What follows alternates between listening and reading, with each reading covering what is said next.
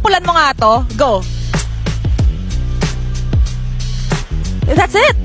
What do you wanna say? Anything you wanna say. Say ha, not act.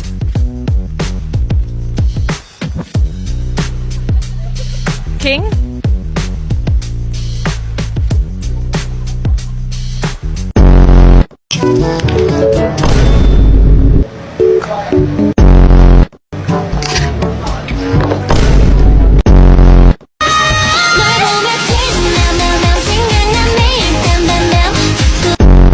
Ano masasabi mo sa lahat ng sumusuporta sa Onyx Philippines? Lalo na yung mga nanood ngayong araw.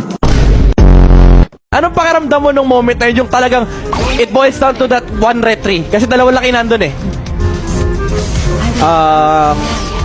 Ano yung tanong? Was there a moment ba na kinabahan kayo na baka hindi kayo manalo?